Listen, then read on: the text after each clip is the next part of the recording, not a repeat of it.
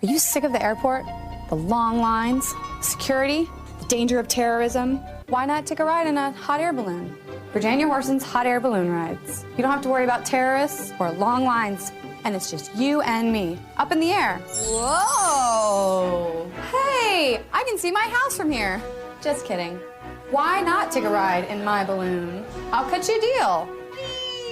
Forget about airport security. See you later, suckers. I'm taking myself a hot air balloon ride. Ooh, fresh air. Listen, I'm not one of those college types that's gonna talk your ear off. I bought a balloon, and it doesn't mean I think I'm better than everybody else. Or I can just read a book. I'm not one of those people who doesn't know how to be quiet. So come on over, take a ride in my hot air balloon. It'll take you wherever you wanna go. I promise. TBTL. Love it or hate it, it appears to be another irreversible step along mankind's journey toward God only knows what. Psycho, screwy, and totally unbalanced. Laser pointers? You know what I'd like to do? I'd like to take my laser car and drive it off of a laser cliff. You believe that? I do if you do. But it's absurd. What would happen if you went out on stage and you didn't set off the fireworks and you didn't break up the guitar and you didn't have the smoke and the fire and the blood and all that, and you just came out and did your thing? Well, I've got to run. I can hear the blender crying. Coming, baby. Well, all right. Hello, good morning, and welcome everyone to a Wednesday edition of TBTL, the show that just might be too beautiful to live. Sounds expensive. My name is Luke Burbank. I am your host. I've had a few. A few what? A few small beers. By beers, we mean Dr. Pepper Zero Sugars. That's right.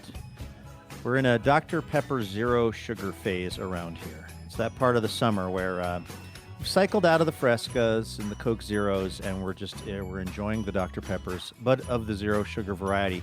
And we hope you are going to enjoy episode 4791 in a collector series. Let the fun begin. Because that is where we have arrived today.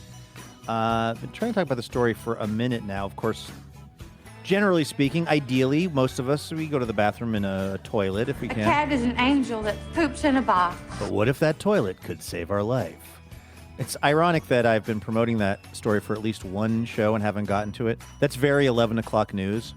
But you see the promo at 6, you know, what's in your kids' vitamins could kill them, more at 11. It's like, maybe we get that info now.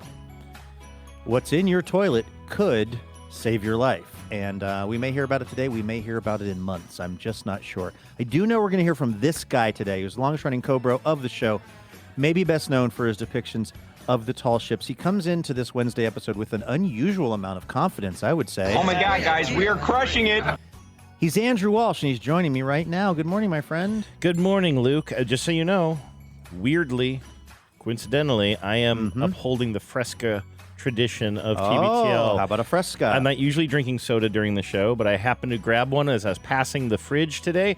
And so you mentioned specifically that you're not in a Fresca mood, but maybe that's why. Maybe the universe is like, there always has to be a certain amount of Fresca consumption. It's the law consumption. of Fresca conservation. One of us must always be. Do you remember, this is going back a couple of weeks, but I don't know how closely you were monitoring it, but you and I and our friend Television's Chris Hayes were texting about he had seen a clip where Charles Barkley was talking about how NBA players would smoke sometimes during halftime of basketball games.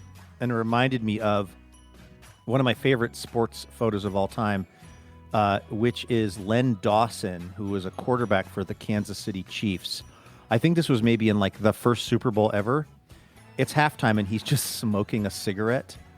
I don't know if you zoomed in on the picture, though, but it looks like he has a bottle of beer at his feet. Oh, let me look again. Which would be the ultimate, but no, it is in fact a Fresca. He's having a bottle of Fresca. And I've like, man, if they brought back a nail, a dart and a Fresca for a halftime. If they brought a dart and a Fresca, if they brought back the glass bottle of Fresca, that for me would be just a... Oh, wow. I don't know if I've ever even seen a glass bottle. I don't think I had either. Before. I assumed... Here was my journey with that photo was, again, our friend Chris Hayes was talking about pro athletes smoking during their games, and I was like, I remember this Len Dawson photo, But then when I looked at it, I was like, well, this has to be after the game because he's drinking a beer. He's got a beer and a cigarette, like maybe they won the Super Bowl and he's celebrating. So then I had to go find some oral history of it. And it's like, no. It's halftime. He's just smoking a dart and drinking a Fresca. Oh, my God. How about a Fresca? I love that. I mean, I kind of hate it. I don't know if I really love it. I mean, really? Should athletes be smoking? I mean, that clip that he sent of the basketball, the NBA players reminiscing, and they were like, "Oh yeah." Somebody said, "Yeah, we would smoke at halftime, and then and drink a beer." And somebody said a beer, and yeah, there wasn't any Gatorade in the locker room back then. I was like, there wasn't. We couldn't get you a Gatorade. Catch me on the specific day. But I have a lot of I always have a lot of nostalgia. But I mean, catch me on the specific day if I feel like trying to make the argument that maybe somehow sports were better when most football players also had other jobs, because you weren't making enough money. This is early AFL, NFL days, but guys would deliver beer in the off season and just have normal jobs, and then they would go play football in the wintertime because they were pro football. And that's not every player. I'm sure that the Joe Namaths of the world were still making a pretty penny, but there is something to me that's charming about not making it so hyper specialized. But then also you probably get a better product when it is hyper.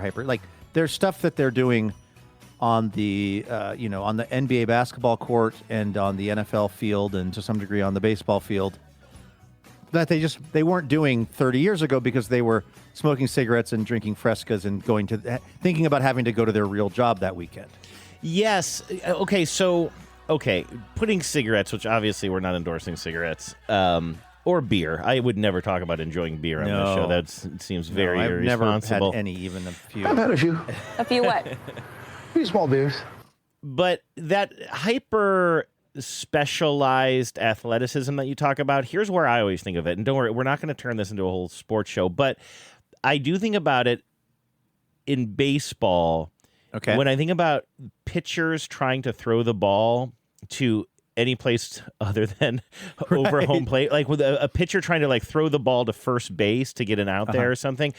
And it's amazing how often they can't actually achieve that. And you're like, wait, you throw for a living. Why can't you just throw to another part of the field? And the reason is because they're so... And then also the injury risk. Every time I see a pitcher running to first base to make a play in case the first baseman is off the base and they need to kind of toss it to the pitcher who's going to cover first base, I get so worried because I'm like, you're not supposed to run like that. Those muscles are not developed for that. It's all specialized into doing this very, very specific thing, which is just add centimeters onto the movement of a pitch going over the plate.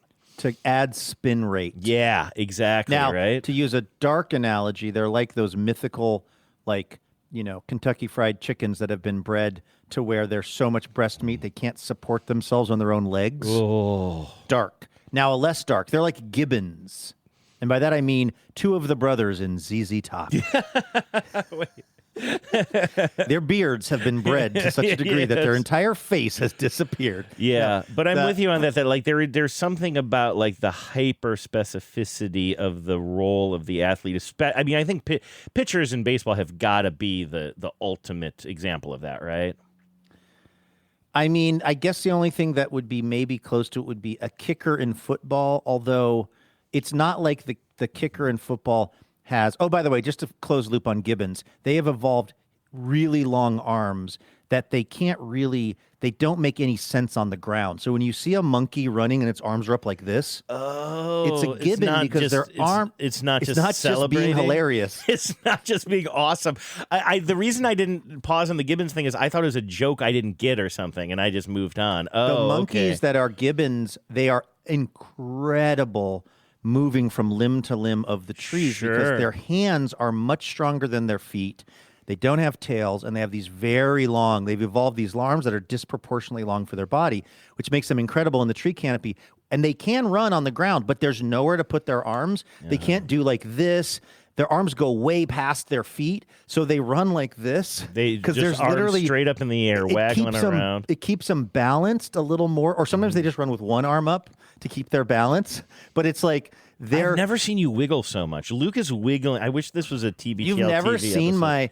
my famous and oft requested Gibbon We impression. gotta bring that back next week for the video. That is a lot of wiggling. Whole lot of But wiggling. you're right that I think Major League pitcher is the reason that the kicker I don't think is comparable is because it isn't like a kicker started out almost playing inside linebacker and then over time they decided to specialize and hyper focus on their leg muscles until they became Blair Walsh. Like Blair Walsh was never going to be I'm using a modern kicking reference that does not have any emotional pain attached to it for our listeners in Minnesota. Right, yeah. I was just trying to think of somebody who is manifestly diminutive in the sport of football. Like football kickers did not start off as the biggest, strongest guy on the team. They were Myles Garrett, and then they just got hyper specialized. Whereas a pitcher might have been the biggest, strongest guy on the team, and then he just got so into the pitching that now he doesn't really hit unless he's Shohei Ohtani. He can't hit. He can't run the bases. He can't throw the ball effectively to any base that isn't home plate. Isn't that the weirdest thing? It's very, very strange because I feel like, and I'm an overestimator of my physical abilities, even as I move into my 50s, solidly into my 50s now. I think I could throw the ball from the infield to first base better than Andres Munoz.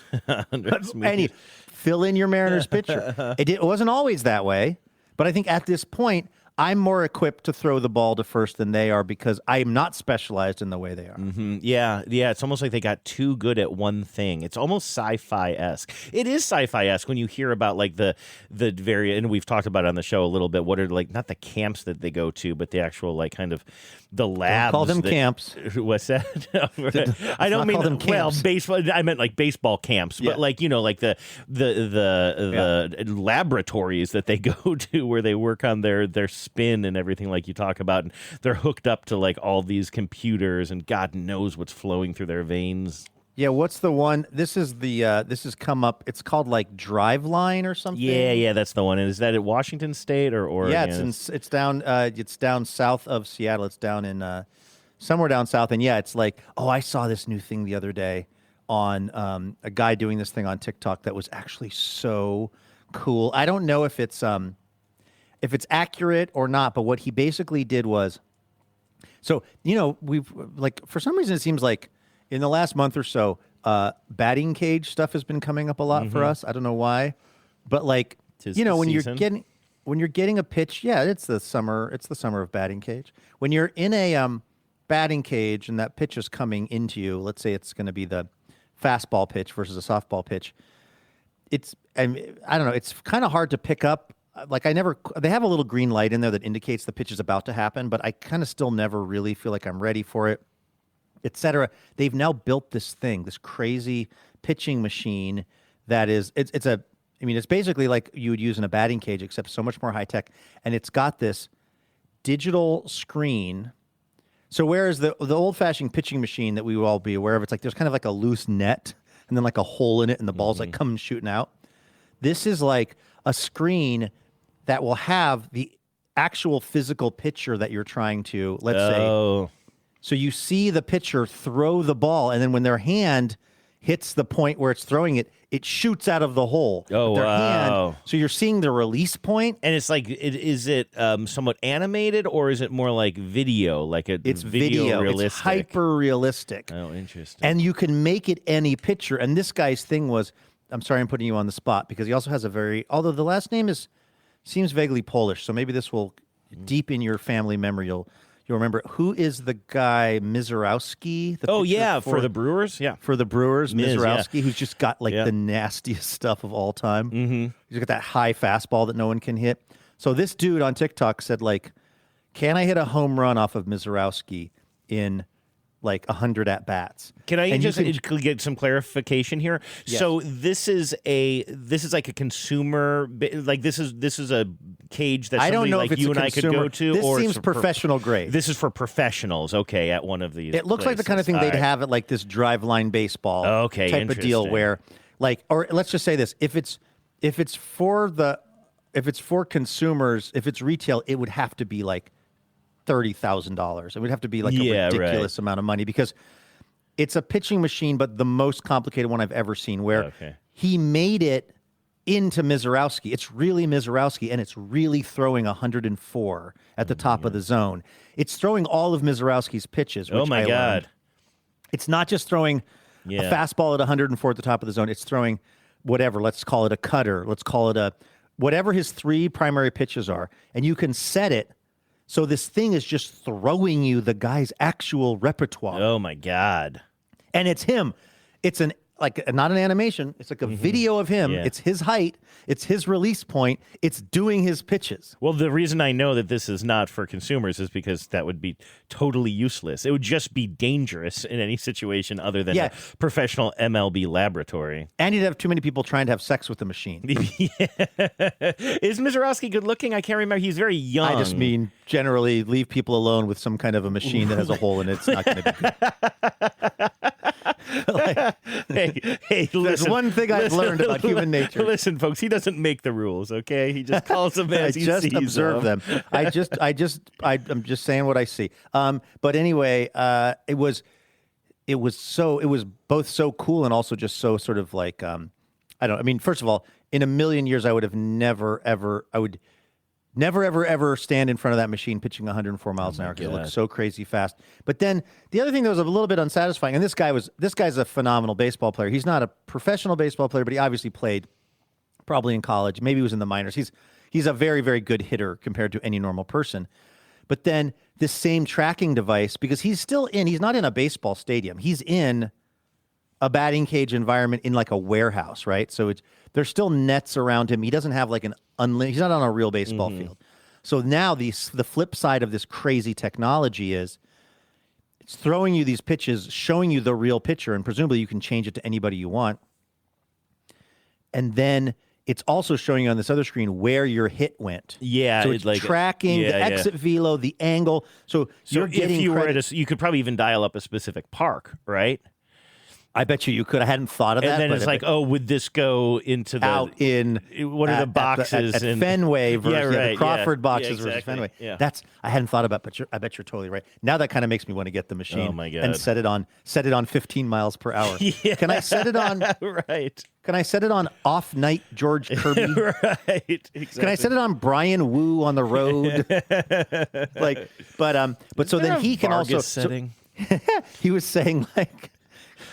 Did you see that the Mariners almost faced Marco Gonzalez? Oh, that's what I said. Vargas. I meant Marco. God damn it! He always do that. He almost came in on a game against us. Really? No, I didn't know that. I was just trying to think of like because he doesn't throw. He doesn't throw. Yeah, Jamie Moyer setting.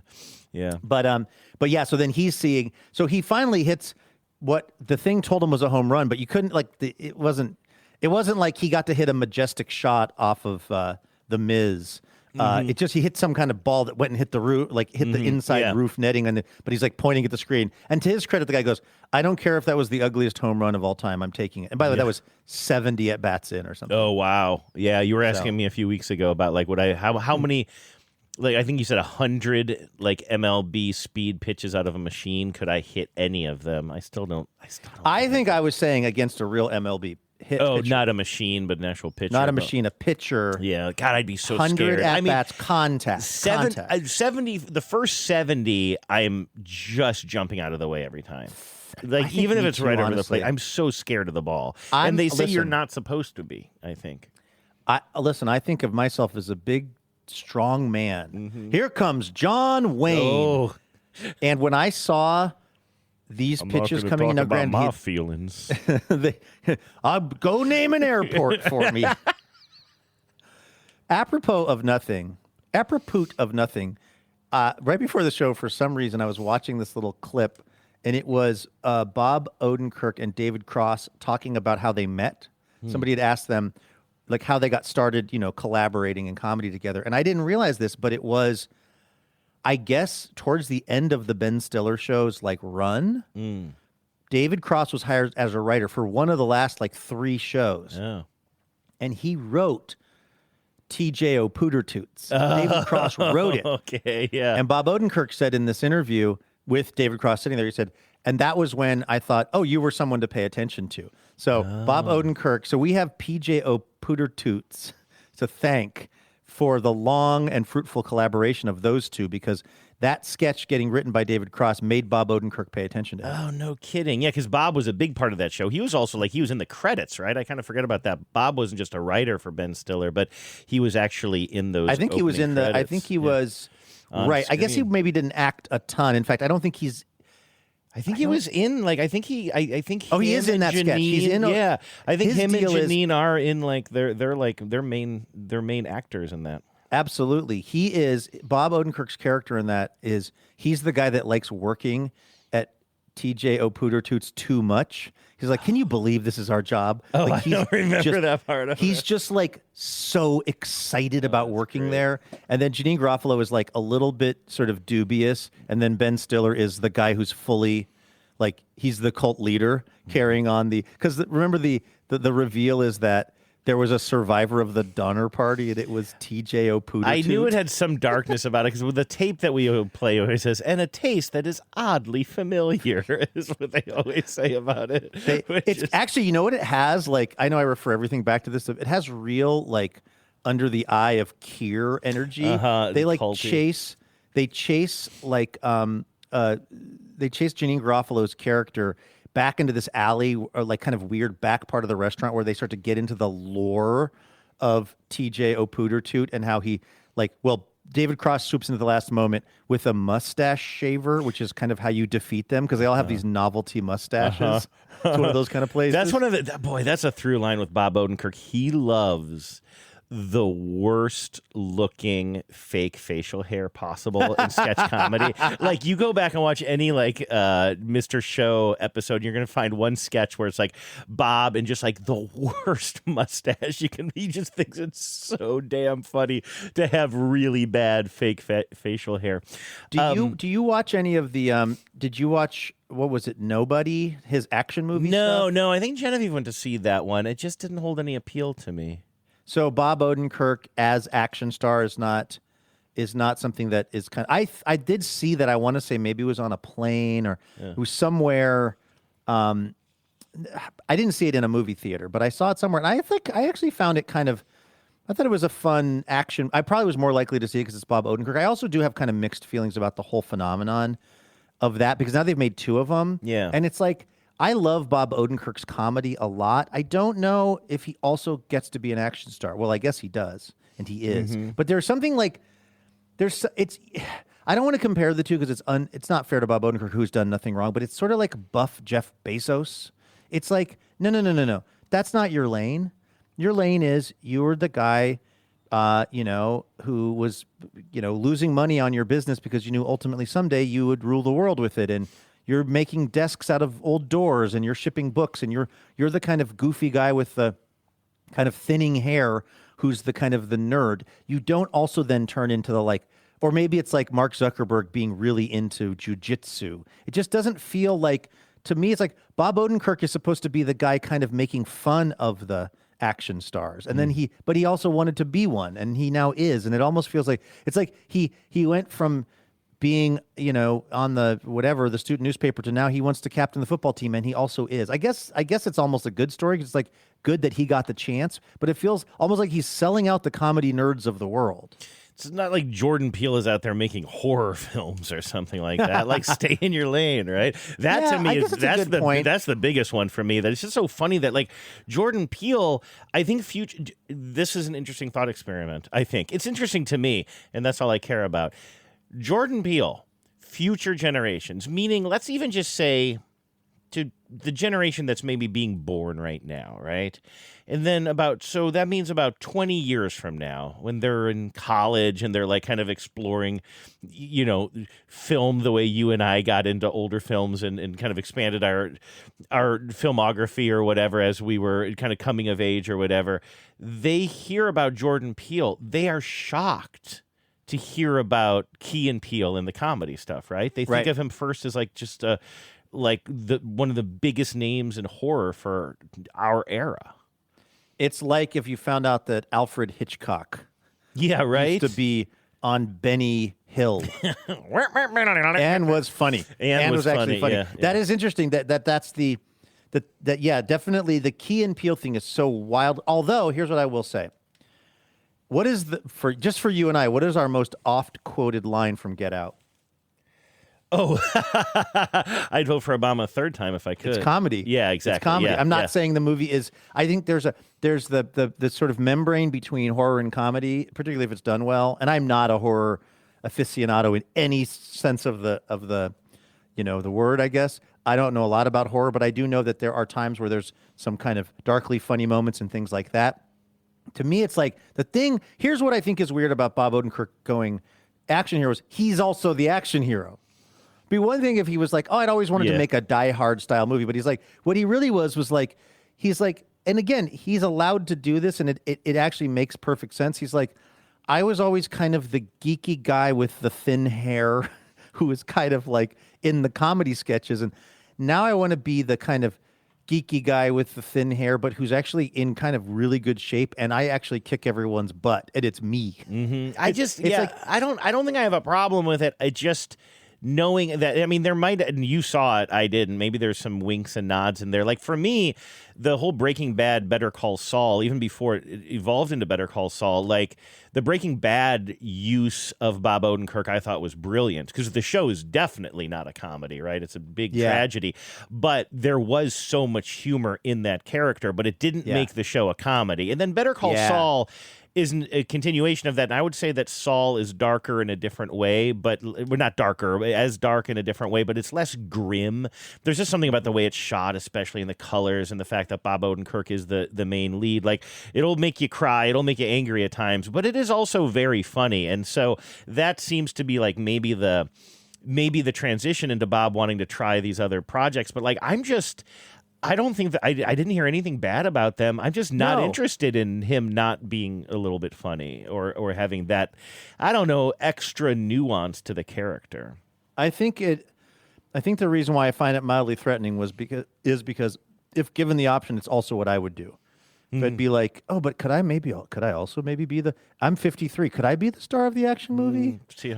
It's like the version of me that many years ago when Wait, Don't Tell Me sent a group email around the network saying, does anybody know of any people that would be good for the panel? And they were asking us had we encountered people like famous people or funny people? And I said, I'd love to do it. You said, I'm looking at the man in the mirror.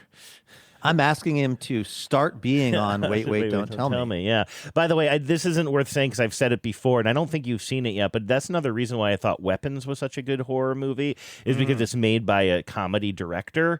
One of the whitest kids you know, guys, I think right? so. Zach Kreger. I had to look it up because his name doesn't stick with me. I'm not somebody who followed his career the way I know other people have, but I really liked Weapons, and in fact, I'm somebody who really does not like horror at all. I don't like being scared like that. Like, I'm scared of everything else. Like, I don't need to like go spend 2 hours. You're getting your doctor's recommended servings of scaredness just fine, thank you.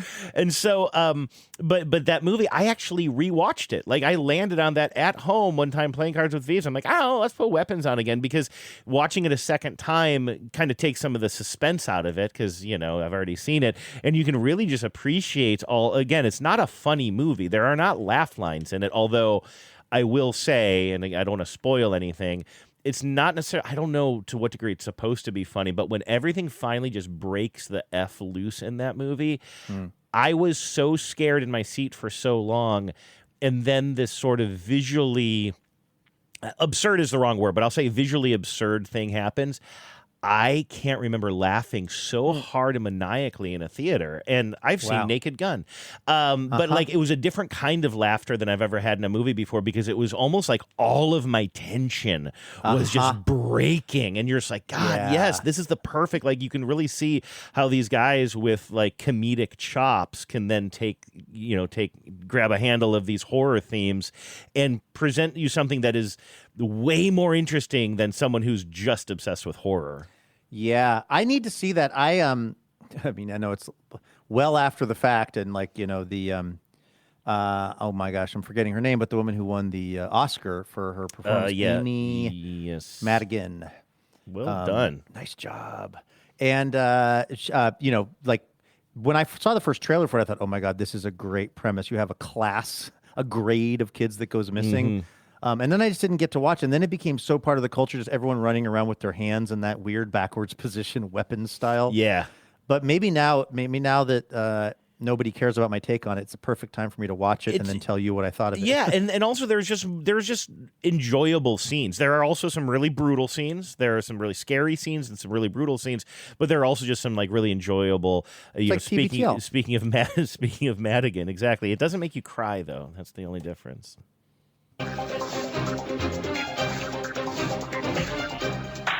Hello and welcome to Top Story. All right, this is a top story. The health and wellness of the TBTL listeners rests upon us getting to this top story finally, Andrew.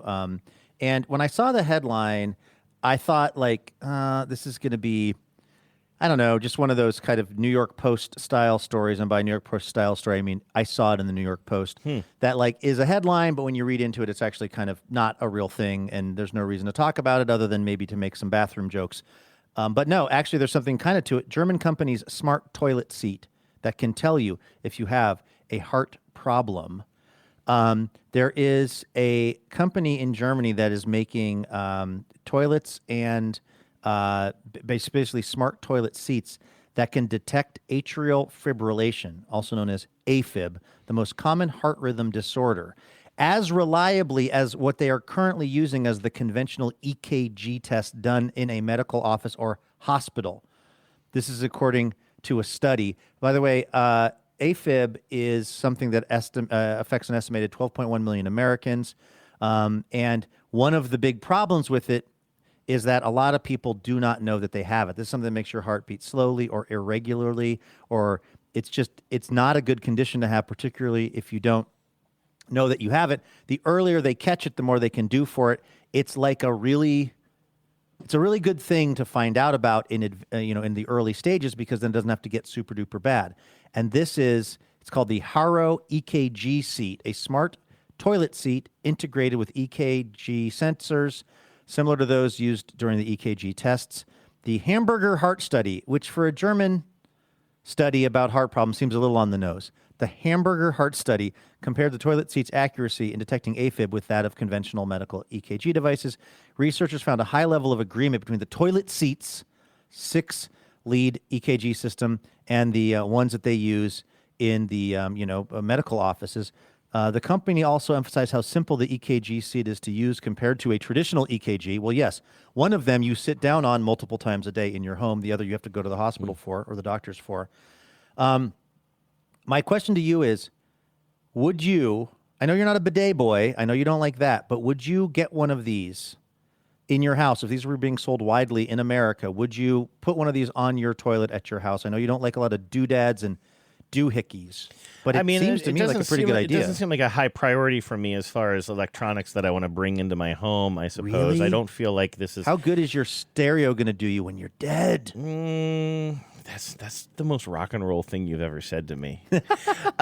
Here's my question for you, and I'm sorry that this is just awful that I would bring this up here, but I'm so, I guess, mad at the New York Post now. I clicked on the link that you sent me, and this whole article is about this special toilet seat, the EKG für the house, Zoo House. But then what do they show? The cheap-ass New York Post, for the illustration of their article, they just show a stock photo of a normal toilet. Yeah. Did you notice that? It's just ridiculous. It says one German company's smart toilet seat can detect arterial fibrillation. Fibrillation. Oh, by the way, so that's where you get the defibrillator, huh? I have trouble with that word. I think fibrillation must have to do with the rhythm of the heart, maybe. But I see if you scroll down enough, you get to see some images. I know, but you're right. But you don't have to just show us a picture of a toilet. Yeah. With, for some reason, 2 rolls of toilet paper. Yeah, exactly. Yeah, next to it. Not two rolls says it all. Not like 1 roll and then an extra one in case you run out, but just fully 2. To me, that's very judgmental of the people using that restroom. Yeah, but also, you might need both barrels. You know what, though? It's like you're in here by yourself. We're just going to offer you more tools than you need. But if you need them all, good for you. We're not going to ask any questions. I actually think that maybe it's good. Also, missed opportunity on the headline. I don't have a better headline, but from the people that brought you pro boner. Yeah, sure. German company smart toilet seat that can tell if you're having a heart problem. That's a little stale for the New York Post. Clinical, isn't it? Yeah. A little clinical. Thank you. That's the word for a newspaper Ooh, that I got read it. How for about the headline. How about heart shart? Instead of heart smart. Yeah, I liked it. No, I got the joke. I just wasn't sure if other people did. I don't know. That's right off the dome. I'm under pressure here. There's got to be some. No, that's really good, and I'm much better than the New York Post did. And they had presumably hours to think of this. I have to say, like, I know that I'm always looking for a technological solution to everything and anything in my life, but when I saw this, I really thought, oh, I bought my bidet toilets too soon. I bought my bidet toilets before they were also my heartbeat toilets or whatever, my AFib toilets. Like, I would love to have my toilet tell me if I was having atrial fibrillation, because I would like to deal with it. I would like to not have that be something that gets even worse for me. And it doesn't seem like you have to do anything. Well, you do actually. There's an app on your phone or something, which kind of seems like a bit of a hassle. But I don't know. I think the more of these things, whether it's your Apple Watch telling you about your heart rate, or your Aura Ring, or your toilet seat, I don't know. Again, I think I'd be more, that's a good point, by the way. I'd be more likely to get it. I don't even have one, but I'd be more likely to get some sort of a health watch or a ring even before I'd let my ass do the talking. It's just like, I guess because again, you're on the. I'm just replaying the term "let my ass do the talking" in my own mind for a minute. Yeah, don't just let it roll around in there a little bit. Don't rush it. It's like, I just wonder, because I know you don't like bidets. Is it that you just anything going on with the toilet and the toilet seat that is not the standard what you grew up with is just something that just makes you kind of feel uncomfortable? Well, I mean, just of all of the things that we've ever talked about, like I'm so behind the times on all kinds of electronics. The idea that this would just bump itself to the top of my list of electronics. I have a... Well, it's the one that could keep you alive. But I mean, what else could keep me alive is like the $45 heart rate or the blood pressure monitor that my doctor told me to get that's been sitting in my bottom drawer in my bathroom for the past several But didn't you get a good months, reading or something the last time you did it? I did. I didn't know. So I that's told why you you're that not using it anymore. At the doctor's. And I even walked like the last mile and a half or something from the train station to the doctor's office. I was worried that they would get my heart rate up too much. But yeah, I don't know. So like the idea of like me rejecting this, like if I have all the money in the world, do I have this? Maybe. But like there is something about it. And I'll tell you what. If in this world I'm living in a home similar to mine now or the exact home, like, yeah, I don't want like people coming in to use my bathroom and being like, why do you have heartbeat sensors on your toilet seat? I'm just like, I don't like, we have other ways of checking these things. I don't need it. Now, let me tell you this. You build a defibrillator right into it. Now you're talking a different ball game. I see. It applies. It detects that you're having a problem, and it shocks you. Clear. It detects and it affects my I see. So in other words, you're like, don't tell me that I'm having AFib and then don't do anything about it. Right, exactly. If you're gonna present me with this information, you better also have the solution. That's where I'm coming from. I will say, like, it, as listeners know, it absolutely kills me to give you credit on things on this program or even off this program. Thank you in advance because you're about to give me credit for something. I am, which is, I've been a long time and a staunch proponent of that bidet lifestyle. You've kind of been like, that's not really for me. When I redid this house with my dad, we redid 2 of the bathrooms, and I thought, well, I got to get a new toilet in there. Might as well have one with a bidet built in. I did that in both rooms, and what I did not think about was that people are uncomfortable using a toilet technology that they are not used to, particularly in other people's homes. I didn't consider the fact that it's like, because like you just said, if you have people over, you don't want to have to explain to them why there's a AFib monitor in the toilet seat. Yeah. I never thought about it from that perspective when I was putting these in. I just thought, well, I would like to have a bidet that I can use, which, undiminished, by the way, I still use the bidet function whenever I go number 2, and I very much glad that I have it. But it is something that visitors, both frequent and infrequent to my house, know my house as the house that has the weird toilets in it. Well, let me ask you this. And I understand the technology, even though I've never used one. I understand the technology well enough to know that there should be no contact between your undercarriage and the device itself. But it is still basically sharing a butthole hose. And like, even if it let me ask you this: if you're at somebody else's house, have you used their bidets? I have not been to anyone else's house in a long time that has a bidet. The start of this whole thing for me was early in the days of Carrie and I dating. One of the bathrooms in she was renting a house along with a friend of hers named Jake, and I don't even know if this was built. I don't think it was even built into the toilet. I think it was a Toto, maybe bidet that sat on the. Somehow there was one in one of the bathrooms in that house, and it was amazing. I thought it was, and I used it, and I did not think it was gross because, again, the wand is very far away from your nether regions. You're not sharing the same. You're not sharing the wand with someone any more than you're sharing. Certainly, the toilet seat is a much closer experience with something else someone's been sitting on, and it's hard to explain other than to say, you really are not. Neither of your nether regions are ever anywhere near where the water is being shot from. So it's not unhygienic in that way. And I certainly was not put off by, in fact, this is a lot. I would sometimes be excited if I needed to go to the bathroom when I was visiting Carrie's house before we lived together, because I'd be like, oh, I can use that bidet toilet. That is so cool. So I was not put off by it, but you're right. And you would feel that way, and I think the answer here is yes, but just to be very clear, I do think a dating relationship is different than just like a casual, like if you were to go over to, I don't know, like a buddy's house who absolutely I would use you've only hung out with maybe 4 or 5 times, him well enough or whatever, but he's got a bidet and you're using that thing. Absolutely, because I don't see it as anything overly personal or sexual.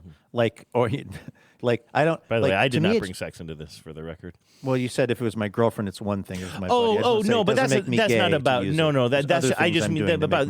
You have an intimate. It's an intimacy thing, not a sexual thing. But yes, right. I just am. I wouldn't have any problem. I would use it. I would use the bidet at your neighbor across the street who keeps tearing the signs down's hown. Really? I didn't even know he had one. I think he had one. I keep tearing it out.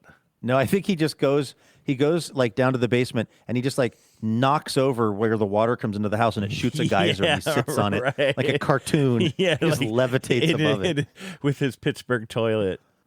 Here I go once again with the email. Every week I hope that it's from a female. Oh man, it's not from a female. All right, emails or females? Yes, I think I'm going to give you a little choice here, Luke. So I have this folder of very old voicemails, and I was saving them in case I wanted to put together one of those voicemail montages that I do sometime, but I haven't done that. And now that, they're just getting further and further away from whatever reality prompted them. So I have one person here who wants to talk about your eye. I don't know what's going on with your eye. I don't know. When I was having my Shalizade. I feel like that seems even older. Well, let's just go with this one. Let's find out. So this is our pal Stephanie in Portland, I believe, if I have the right Stephanie here. There's probably not more than one person named Stephanie, and it says time banditing Luke's eye. Let's see what this is all about. That's how this whole thing started. I am so excited. I'm time banditing, and I'm in Luke's eye sty saga moment, and the episode that I've finally gotten to is the one where he finally has the operation. However, I have to stop listening because now my alone time is done. I have a toddler, and all the stuff.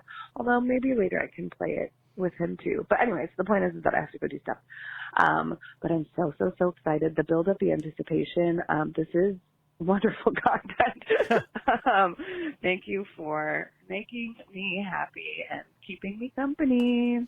It's like the ultimate Dr. Pimple Popper, what you've got there. It was I don't know. Let's see.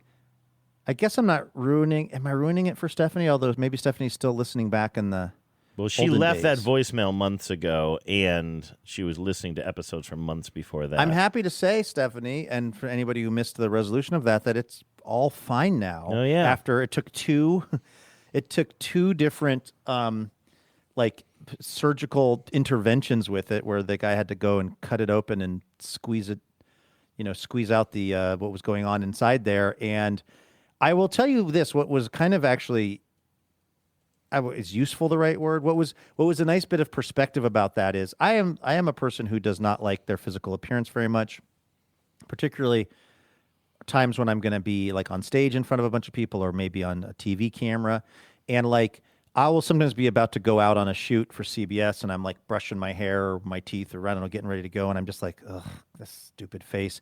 But then I remember the time when it was this stupid face and a massive plum-sized protrusion from my eyelid, like when I was interviewing Nikki Glazer, who is a conventionally quite attractive person. And I'm just like, got this issue going on with my eyes. It actually makes me feel a little less bad about myself in this era. I'm like, okay, whatever. It's not great, but guess what? It isn't. I don't have a giant, massive chalizade protruding in one of my eyelids, and then that kind of makes me feel a little better. So I guess by comparison, I'm feeling okay about things. So that's a gift that whole about 6 months of my life has given me. What about Cardi P? I'm still trying to think of headlines because for the heart chart, cardio. Yeah, like cardio, but we're not talking about peeing. We're talking about. You mean the headline for the New York Post? We want a New York Post style headline for this toilet seat. And I was thinking maybe Cardi P, but because it's a toilet, you pee into a toilet. But the whole thing is you have to you sit on this. You can sit and pee though. Right? Oh, I do every time. Yeah, you do that now, right? You George Costanza it? Is that what George Costanza does? I've been doing that for years. Oh, maybe I'm thinking of your thing.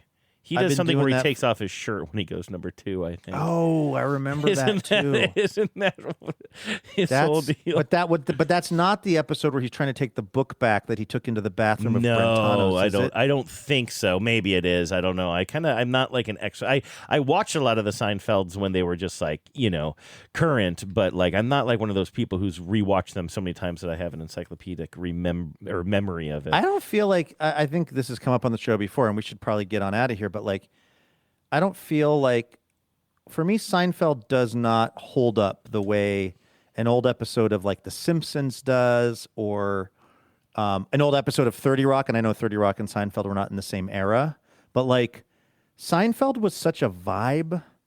And the vibe was, we are all in for these characters and for these jokes. But I think looking like what's one of the like, the most famous Seinfeld episode of all time might be The Wager, right? Where it's like this contest of who can avoid masturbation the longest. And I bet you, or like The Puffy Shirt, or like, think about some of the like iconic Seinfeld episodes.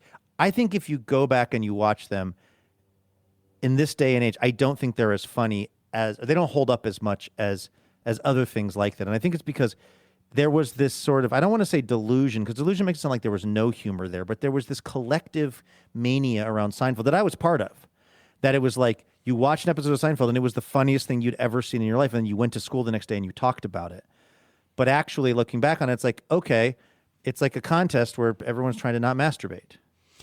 I think it was very of the time. So I actually have gone back more recently. Now, again, not starting in a certain episode and trying to watch them all or anything, but like when we were in Cleveland, I don't know why, but I was a couple of nights, you guys had gone to bed and I was up late doing my puttering and I just wanted something to watch so I didn't have to like think about things. And so I put on a Seinfeld. I think it was one of the few streaming services that I could log into without waking Genevieve up to like get the 2-factor authentication or whatever. And so I'm just like, find myself like kind of in this Seinfeld hole. And I was watching some episodes. First of all, for me, you should have asked Mark Wahlberg. It is a little bit more. You guys are up at the same time. Because of why? Oh, we made a joke about the fact that you're up when Mark Wahlberg that's right. up. Oh, that's right. His schedule. Right, exactly. But I didn't. So anyway, I ended up watching some Seinfeld. First of all, the comedy is a little bit edgier, too. It is that Larry David, like, uncomfortable humor a little bit. It's not, to the peak that it is in Arrested Development, or not Arrested Development. 30 Rock? Larry David show. God, I always Curb do this. Your Curb Your Enthusiasm is it's so cringy, right? But Seinfeld has its fair share of cringe. And like a couple of times I did have to just turn it off. I think it's just like very much of the moment. And maybe 30 Rock is obviously of its moment as well, but it doesn't seem like it hinges on being of the moment. And also, it was such a slow burn where Seinfeld was so popular. It was like the language of the day. Like everybody just spoke in Seinfeldisms. And I'm just kind of reiterating what you're saying, that it's just kind of like, I don't think it's unfunny. I will say that like Jerry's inability to act does not get glossed over as easily in 2026 as it did back then. We were just all bought in on it. And now when you watch it, you're just like, wow, man. Yeah, I feel like we're saying kind of similar things. Yeah, I think this, so. I'm kind of backing up. I'm sort of processing it. Yeah. Yeah, like, because if you think about part of it is that so much of the humor was hanging on kind of like, Kramer's over the topness, or like, I don't know, just like the way that one of the characters delivered a line kind of made it, it was less maybe that like in 30 Rock, it's like when someone says something, to me anyway, it's like the comedy, it speaks for itself. It's self-evident. It's like, it's a really well-written joke that is based on, I'm forgetting how the like, the episode where it's like they're in a I think it's called The Contest, right? Where they're somehow a contest between all of them about not masturbating. I forget. I think it's I'm out is maybe how the person indicates that they have masturbated. Like there's something where it's like, the acknowledgement that like, okay, I ended up, slipping up and masturbating or whatever was however it was that the people indicated, it was like I'm king of the castle. Still haven't. That was one that got into the public kind of vernacular, public imagination. Like it meant that they were still in the game. They had not given up. Still king of the castle. Right. Okay. Or like here, I'll give a better example potentially. Like the soup Nazi. The soup Nazi. No soup for you. He's very. He is a guy serving soup, which I'd be into. But he's being very stern about the rules of like who can get what soup and da da da. It's like that's based on there was a real guy in New York City who had a soup place, and I guess he was kind of bossy with the customers. But like that's as far as the comedy goes. You have people walking around America for years yelling "No soup for you." Like that's just not like that would never ever make its way onto 30 Rock or Unbreakable Kimmy Schmidt or Arrested Development. It would never make it onto one of what I consider prestige comedy shows because you would need to take it somewhere else more than just he's a guy who's kind of rude to the people getting his soup. Although I wouldn't be so quick to forgive Kimmy Schmidt. I think Kimmy Schmidt is going to seem very much of its time when it comes to like it's a very Tina Fey-y way of like going after like woke culture on campuses and stuff. Some of that stuff was so cringe in the moment, and it just seems very much like I don't know, man. I was watching it the other day and I was laughing. I mean, I'm not deriding the whole show, but I'm just saying that it is not escaping the trap of being in the moment, I would say.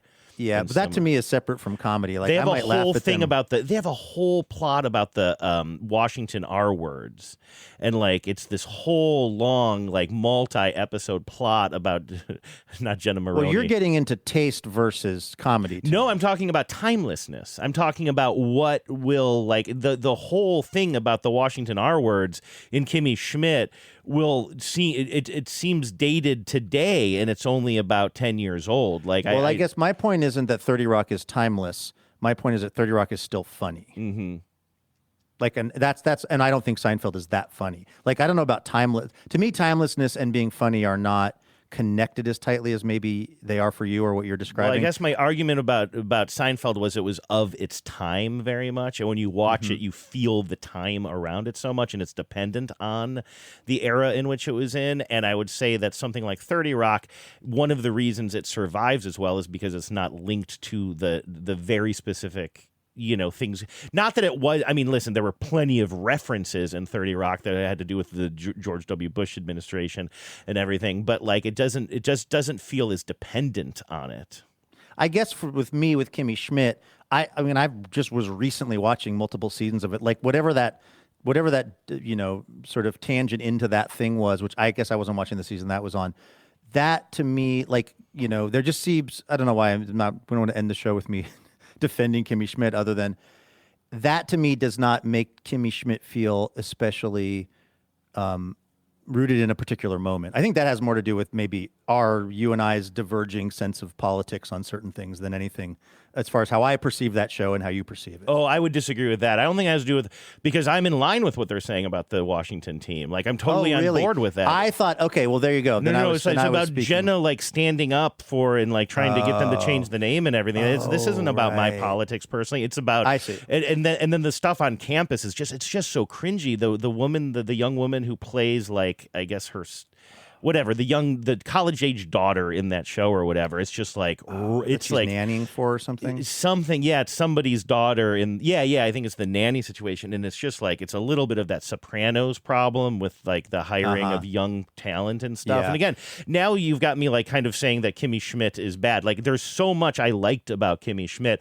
I just wouldn't put it in the same category as 30 Rock. I think it's way more flawed in some places. I agree with you with that. And now that you're saying that, I'm remembering all the kind of like stuff about whatever, her name is not Jenna on the show, but I know that's what I called her, Jenna Maroney too. But like Jane Krakowski's character, and there's that whole subplot of her actually being Native American, and that's like a pretty, just kind of weird, boring thing that does go on where she's off on the, reconnecting with her family, who kind of don't really have a particular, they're kind of over her at that point. You're right. That's definitely like, that's not their strongest work. I think I mostly just like Titus so much. Yeah, of course. I just think I like Outside Bones so much that I forgive a lot of lemonading. Speaking of being of a time, remember he lemonades. He does the whole Beyonce lemonade thing. I think it's probably one of the more iconic moments in the show is like, remember the big lemonade. It's Lemonade, right? Yeah. The Beyonce thing where she's like got a baseball bat walking down the street. Right. That was so huge when they were making the show that Titus has I think it's called Titus Lemonades or Titus is Lemonading or something like that. And he basically, the whole episode is sort of a parody of that video. And you really get, and again, that is something that is very tied to the moment, but I also think is just really, really well done. So I've been I don't know. so obsessed with that character that like, I remember I've gone back. I didn't go back specifically to do this, but he started out on 30 Rock. Yeah. He was in that reality show that Tracy Jordan's wife is in called Queen of Sheba, I think. Yeah. Where they're shooting that. And his name is, I believe, DeFwan. He's a character kind of similar to Titus. And he has some kind of a wine brand that's woven into the reality show. And he says, please. It's called Defwine, I think, and he says like, "Please defwine responsibly" or something like. He has some line in that. It might be one of the funniest lines in the history of 30 Rock, and it's the guy who goes on to play Titus. Anyway, by the way, we got there. It's Cardio-Asscular Technology. Hey, how about that? That's timeless comedy. Now the thing is, can that be the show title? Can I use it as a show title, or is it too? Yes, you can. You don't think it's too PG? I love. Gosh, the thing is, Andrew, we have now identified your plan B when this podcasting train comes to a stop for us, which is New York Post headline writer. They would, anyone there would be proud to have come up with cardio. You know what? Cardio. Can I just start doing it on spec and sending them in until they hire me? Please do. Oh, that's good, man. That's really good. Okay. Thanks for listening, everybody. We're going to be back here tomorrow with more Imaginary Radio for all of you. So join us for that. In the meantime, have a great Wednesday. Take care of yourselves. And please remember, no mountain too tall. And good luck to all.